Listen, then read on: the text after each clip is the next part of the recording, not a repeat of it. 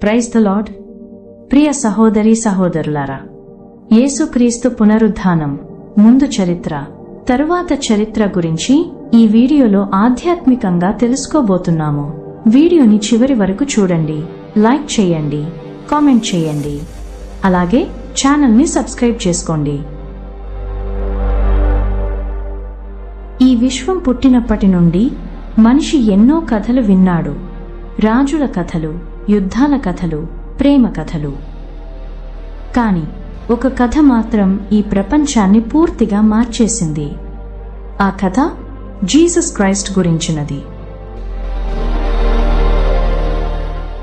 యేసుక్రీస్తు, అతని జననం, అతని జీవితం, అతని మరణం మరియు అతని పునరుద్ధానం. మరణం అంటే అంతమనుకున్న ప్రపంచానికి అతను చెప్పిన సందేశం ఒక్కటే: మరణం అంతం కాదు, అది కొత్త ప్రారంభం. ఈరోజు మనం ఈ వీడియోలో పునరుద్ధానం ముందు ప్రపంచం ఎలా ఉండేది, యేసు ఎందుకు శిలువపై మరణించాడు, పునరుద్ధానం తర్వాత ఏమి మారింది, మరియు అది మన జీవితాన్ని ఎలా మార్చగలదు అనే విషయాల గురించి పూర్తిగా తెలుసుకుందాం. ఈ కథ వినడానికి కాదు, అనుభవించడానికైతే మన ప్రయాణం మొదలు పెడదాం.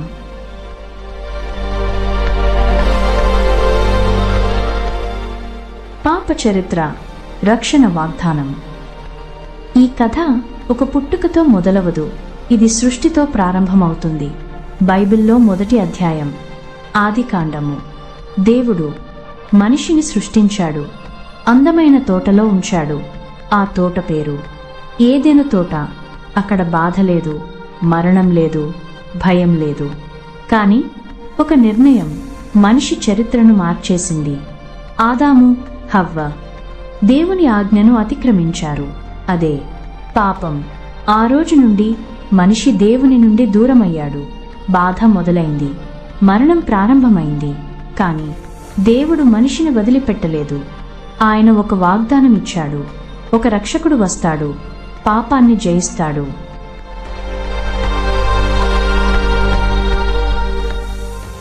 శతాబ్దాలు గడిచాయి, ప్రవక్తలు వచ్చారు. ప్రతి ప్రవక్త ఒక మాట చెప్పాడు: రక్షకుడు వస్తున్నాడు. ప్రపంచం ఎదురు చూసింది ఒక రక్షకుని కోసమని. యేసుక్రీస్తు జననం గురించి తెలుసుకుందాం. ఒక రాత్రి నిశ్శబ్దంగా ఒక చిన్న పట్టణంలో ఒక శిశువు జన్మించాడు. అది సాధారణ జననం కాదు. ఆ శిశువు దేవుని కుమారుడు. బెత్లెహేములో గొర్రెల కొట్టంలో జన్మించాడు. రాజుగా పుట్టిన సాధారణంగా జీవించాడు. గొర్రెల కాపరులకు దేవదూతలు ప్రకటించారు: ఈరోజు మీకు రక్షకుడు పుట్టాడు అని. ఆకాశం సంతోషించింది, భూమి ఆశతో నిండింది. కాని ప్రపంచానికి ఇంకా తెలియదు, ఈ చిన్న శిశువు ఒకరోజు శిలువపై మరణించబోతున్నాడని. యేసుక్రీస్తు సేవాకాలం గురించి ఇప్పుడు తెలుసుకుందాం. 30 సంవత్సరాల తర్వాత యేసుక్రీస్తు తన సేవను ప్రారంభించాడు. ఆయన మాటలు సాధారణం కాదు: నీ శత్రువుని ప్రేమించు, నిన్ను ద్వేషించిన వారిని క్షమించు.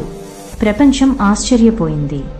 ఆయన చేసిన అద్భుతాలు: అంధులకు చూపు ఇచ్చాడు, కుష్ఠరోగులను స్వస్థపరిచాడు, సముద్రాన్ని ఆపాడు, ఒకరోజు మరణించిన వ్యక్తిని కూడా ఆయన బ్రతికించాడు. మరణంపై కూడా అతనికి అధికారం ఉంది. ప్రజలు ఆయనను ప్రేమించారు, కాని కొంతమంది ఆయనను ద్వేషించారు, ఎందుకంటే ఆయన సత్యం చెప్పాడు.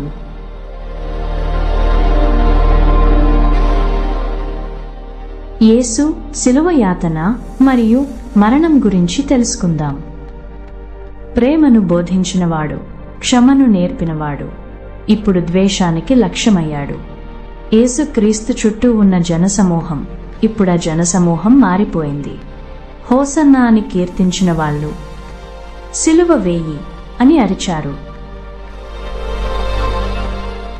ఒక రాత్రి అతనితోనే భోజనం చేసినవాడు ఇస్కరియోత్ యూదా 30 వెండి నాణేల కోసం తన గురువునే అమ్మేశాడు. ఒక ముద్దుతో ద్రోహం చేశాడు.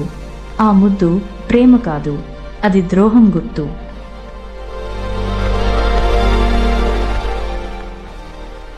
రాత్రి వేళలో అన్యాయంగా విచారణ జరిగింది. తప్పుడు సాక్షులు, అబద్ధ ఆరోపణలు. అతను నిశ్శబ్దంగా ఉన్నాడు, ఎందుకంటే అతనికి తెలుసు ఇది దేవుని ప్రణాళిక అని.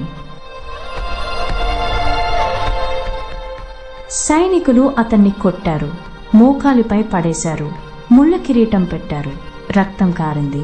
అతనిని ఎగతాళి చేశారు. నీకు రాజ్యం ఉంటే, నువ్వు నిజమైన దేవుడివి అయితే నిన్ను నువ్వు రక్షించుకో అని నవ్వారు. యేసు తన శిలువను తానే మోసుకుంటూ వెళ్ళాడు. ప్రతి అడుగు వేదనతో నిండింది. రక్తంతో తడిసిన మార్గం, కన్నీళ్లతో నిండిన ప్రయాణం. ఆయన్ని శిలువపై పడేశారు. చేతుల్లో మేకులు, కాలుల్లో మేకులు, ప్రతి మేకు మన పాపం విలువ. ఆకాశం చీకటిగా మారింది, భూమి కంపించింది. ఆ శిలువపై అతను ఇలా అన్నాడు, తండ్రి, వీరిని క్షమించుము, వీరు ఏమి చేస్తున్నారో తెలియదు. ఇంత బాధలో కూడా క్షమించాడు. ఇదే నిజమైన ప్రేమ. కొన్ని క్షణాల తర్వాత సంపూర్ణమైంది అని అన్నాడు. ఆ తర్వాత తన ఆత్మను దేవుని చేతిలో పెట్టాడు.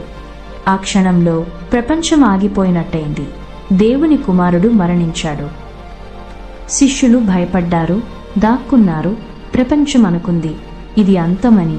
శత్రువులు అనుకున్నారు మేము గెలిచామని. కాని దేవుడింకా మాట్లాడలేదు.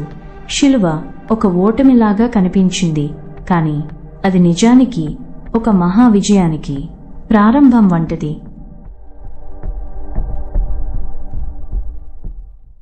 యేసు పునరుద్ధానం గురించి తెలుసుకుందాం. శిలువపై మరణం జరిగింది. శరీరం సమాధిలో ఉంచబడింది. భారీ రాయి సమాధి తలుపు దగ్గర పెట్టబడింది. సైనికులు కాపలా కాచారు. ప్రపంచం అనుకుంది ఇది ముగింపు అని. మొదటి రోజు నిశ్శబ్దం, రెండో రోజు ఇంకా నిశ్శబ్దమే. శిష్యుల హృదయాల్లో భయం, నిరాశ, వారి ఆశలు చనిపోయాయి. మూడవ రోజు ఉదయం వెలుగు రాగానే కొంతమంది స్త్రీలు సమాధి దగ్గరకు వచ్చారు. వారు ఏమి ఆశించారు? ఒక మృతదేహం. కాని వారు చూసింది చరిత్రను మార్చింది. భారీ రాయి తొలగించబడింది. సమాధి ఖాళీగా ఉంది. మరణం శూన్యంగా మారింది. అక్కడ ఒక దేవదూత కనిపించాడు. అతను ఇలా అన్నాడు, మీరు జీవించిన వాణ్ణి మృతులలో ఎందుకు వెతుకుతున్నారు అని. ఆయన లేచాడు అని చెప్పాడు. ఆ క్షణం మరణం ఓడిపోయింది, పాపం ఓడిపోయింది, చీకటి ఓడిపోయింది. యేసుక్రీస్తు మరణాన్ని జయించాడు. ఇదే పునరుద్ధానం. ఆయన కేవలం లేచినట్లే కాదు, అనేక మందికి ప్రత్యక్షమయ్యాడు. మరియా మగ్దలీనకు, శిష్యులకు, వందల మందికి. భయపడినవారు, దాక్కున్నవారు ఇప్పుడు ధైర్యంగా ప్రకటించారు, ఆయన బ్రతికున్నాడు. పునరుద్ధానం అంటే కేవలం ఒక అద్భుతం కాదు, అది ఒక ప్రకటన. మరణం చివరి మాట కాదు, దేవుడు చివరి మాట చెబుతాడు. ఆ ఖాళీ సమాధి ప్రపంచానికి చెబుతుంది, నిరాశకు అంతముంది, ఆశకు ఆరంభం ఉంది అని. శిలువ బాధను చూపించింది, కానీ పునరుద్ధానం విజయాన్ని ప్రకటించింది. కానీ కథ ఇక్కడితో ముగియలేదు. పునరుద్ధానం తరువాత ప్రపంచం పూర్తిగా మారిపోయింది. సాధారణ మనుషులు చరిత్రను మార్చారు. పునరుద్ధానం తరువాత చరిత్ర గురించి ఇప్పుడు తెలుసుకుందాం. ఒక ఖాళీ సమాధి, కొన్ని సాధారణ మనుషులు, కానీ అది చరిత్రను మార్చింది. శిలువ తరువాత శిష్యులు భయంతో దాక్కున్నారు, తలుపులు మూసుకున్నారు. మనకు అదే జరుగుతుంది అని భయపడ్డారు. కానీ పునరుద్ధానం తర్వాత అదే శిష్యులు ప్రపంచం ముందు నిలబడ్డారు. ఆయన బ్రతికున్నాడు అని ప్రకటించారు. ఒకప్పుడు మౌనంగా ఉన్నవారు ఇప్పుడు గట్టిగా చెప్పారు, మేము చూశాం, మేము అనుభవించాం. ఇది కథ కాదు, ఇది నిజం. ఒకప్పుడు భయంతో యేసును తిరస్కరించిన వ్యక్తి, అదే పేతురు, ఇప్పుడు వేల మందికి ఒకే సందేశం ప్రసంగించాడు, పశ్చాత్తాపపడండి అని. ఆ రోజు వేల మంది మారిపోయారు. ఒక వ్యక్తి మొదట క్రైస్తవులను హింసించాడు, అదే పౌలు. తర్వాత ప్రపంచాన్ని చుట్టి సువార్త ప్రకటించాడు. దేశాలు దాటాడు, సంస్కృతులు దాటాడు. చిన్న సమూహంతో ప్రారంభమైనది ఒక మహా ఉద్యమంగా మారింది. వారు అందరూ కలిశారు, ప్రార్థించారు, ప్రేమ పంచుకున్నారు. అదే మొదటి సంఘం. కానీ ఈ మార్గం సులభం కాదు. వారిని హింసించారు, జైళ్లలో పెట్టారు, కొందరిని చంపేశారు. కానీ వారు ఆగలేదు. ఎందుకంటే వారు ఒక సత్యాన్ని చూశారు. పునరుత్థానం, మరణం చివరి మాట కాదని వారు తెలుసుకున్నారు. కొన్ని సంవత్సరాల్లో ఈ సందేశం రోమన్ సామ్రాజ్యం అంతా వ్యాపించింది. తర్వాత ప్రపంచమంతా చేరింది. ఈ రోజు కోట్ల మంది ఈ సత్యాన్ని నమ్ముతున్నారు. ఆ ఖాళీ సమాధి ఇప్పటికీ మాట్లాడుతోంది. ఒక సంఘటన, ఒక పునరుత్థానం చరిత్రను మార్చింది, మనుషులను మార్చింది, ప్రపంచాన్ని మార్చింది. కానీ ఈ కథ కేవలం చరిత్రలోనే ఉండిపోవాలా, లేక మన జీవితంలో కూడా మార్పు తీసుకురావాలా? పునరుత్థానం మనకు ఏమి చెబుతుంది? యేసుక్రీస్తు పునరుత్థానం 3 గొప్ప సత్యాలను ప్రకటిస్తుంది. మొదటగా, దేవుడు నిన్ను ప్రేమిస్తున్నాడు. శిలువ దేవుని ప్రేమను చూపించింది. నీవు ఎంత విలువైన వాడివో, నీకోసం నేను నా ప్రాణమిచ్చాను. ఇది సాధారణ ప్రేమ కాదు, త్యాగవంతమైన ప్రేమ. రెండవదిగా, పాపానికి క్షమ ఉంది. మనిషి చేసిన తప్పులు, మన పాపాలు, అవి శిలువపై చెల్లించబడ్డాయి. క్షమ దొరుకుతుంది. మూడవదిగా, మరణానికి పైగా ఆశ ఉంది. పునరుత్థానం చెబుతుంది, మరణం అంతం కాదు, నిత్య జీవం ఉంది. ఇప్పుడు ప్రశ్న, మనం ఎక్కడ ఉన్నాం? మనం దేవునికి దగ్గరగా ఉన్నామా, లేక దూరంగా ఉన్నామా? ఈ కథ వినడానికి మాత్రమే కాదు, మారడానికి, కొత్త జీవితాన్ని ప్రారంభించడానికి. మీరు ఈరోజు అలసిపోయి ఉంటే, నిరాశలో ఉంటే, పాప భారంతో బాధపడితే, ఒక మంచి వార్త ఉంది.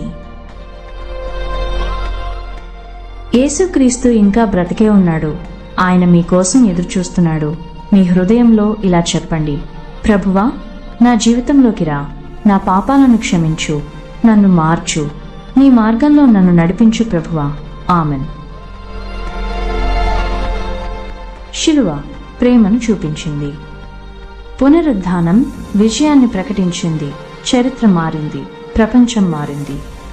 ఇప్పుడు మీ జీవితము మారుతుందా? ఈ దైవ సందేశం మీకు నచ్చితే లైక్ చేయండి, షేర్ చేయండి, సబ్స్క్రైబ్ చేయండి. మరిన్ని ఆధ్యాత్మిక సందేశాల కోసం కామెంట్ చేయండి. ఆమెన్.